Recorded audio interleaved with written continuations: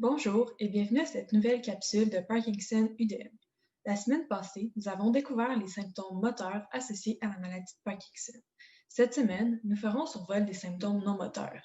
Ces derniers sont souvent moins connus et ont donc tendance à ne pas être associés à la maladie de Parkinson. Conséquemment, ils sont souvent laissés non traités. Aussi, ils se développent fréquemment plusieurs années avant l'apparition des premiers symptômes moteurs. Pendant cette vidéo, plusieurs symptômes vous seront présentés. Cependant, il faut garder en tête qu'ils ne surviennent pas tous en même temps et qu'ils varient d'une personne à l'autre. Une chose est certaine, presque tous les gens atteints de la maladie de Parkinson développeront au moins un symptôme non moteur.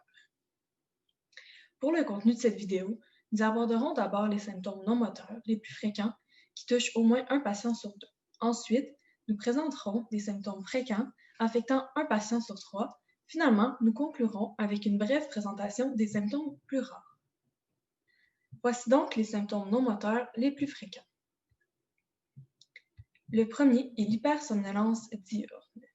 Ce symptôme est caractérisé par un besoin de dormir pendant le jour. Pour les cas plus graves, on retrouve des attaques de sommeil.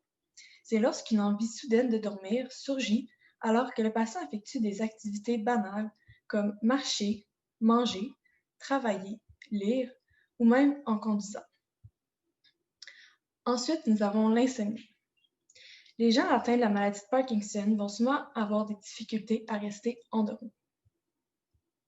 Par la suite, il y a une possibilité de perte d'odorat. La maladie de Parkinson affecte différentes régions cérébrales. L'odorat et le goût sont parmi les plus touchés. Ces sens sont intimement liés car l'odorat est responsable à 80% du goût. Pratiquement tous les gens atteints de la maladie de Parkinson ne sentent plus rien et trouveront les aliments fades.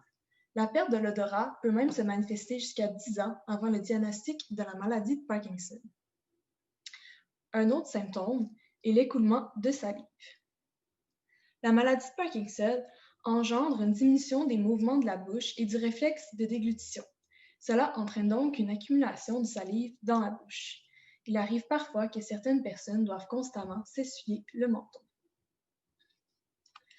La constipation est aussi un symptôme de la maladie de Parkinson puisqu'il affecte les nerfs de l'intestin qui contrôlent l'évacuation des selles. Ce serait d'ailleurs le premier symptôme de la maladie. Finalement, le dernier symptôme non moteur parmi les plus fréquents sont les troubles sexuels.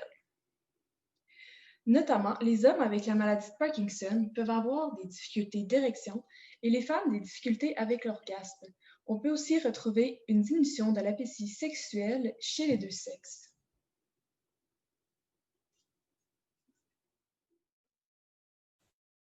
Nous allons poursuivre cette vidéo en présentant différents symptômes fréquents, plus précisément les manifestations qui se retrouvent chez environ une personne sur trois atteinte de la maladie de Parkinson. Tout d'abord, il arrive que certains patients aient des hallucinations visuelles. Ces hallucinations surviennent dans un stade avancé de la maladie. Elles peuvent même s'intensifier à un tel point que la personne n'arrive plus à distinguer ce qui est réel de ce qui ne l'est pas. La dépression et l'anxiété sont malheureusement aussi des symptômes fréquents qui touchent environ 30 à 50% des patients. Elles surviennent quand les régions impliquées dans l'humeur commencent à être affectées et se caractérisent par une perte d'intérêt envers les activités quotidiennes, ainsi que par des crises de panique. Les rêves agités sont un autre symptôme commun. Généralement, nos membres sont paralysés lorsqu'on rêve. Ce qui est inquiétant avec la maladie de Parkinson, c'est que certains individus vont bouger pendant cette phase du cycle de sommeil. Ils pourraient donc se blesser en raison de tous les mouvements qu'ils effectuent. En outre, il arrive que le système urinaire fasse des siennes avec la maladie de Parkinson et cause des troubles de la vessie. Certaines personnes vont avoir envie d'uriner fréquemment à un point tel qu'elles n'arrivent plus à se retenir et doivent se réveiller la nuit. Inversement, certaines personnes auront des difficultés à uriner et pourraient même avoir l'impression que leur vessie n'est jamais complètement vide. Au niveau du système sanguin, il arrive que certains patients souffrent d'une basse pression artérielle. Ils vont éprouver des étourdissements, voire une perte de conscience lorsqu'ils passent d'une position couchée ou assise à une position debout. D'autres personnes peuvent présenter une transpiration excessive.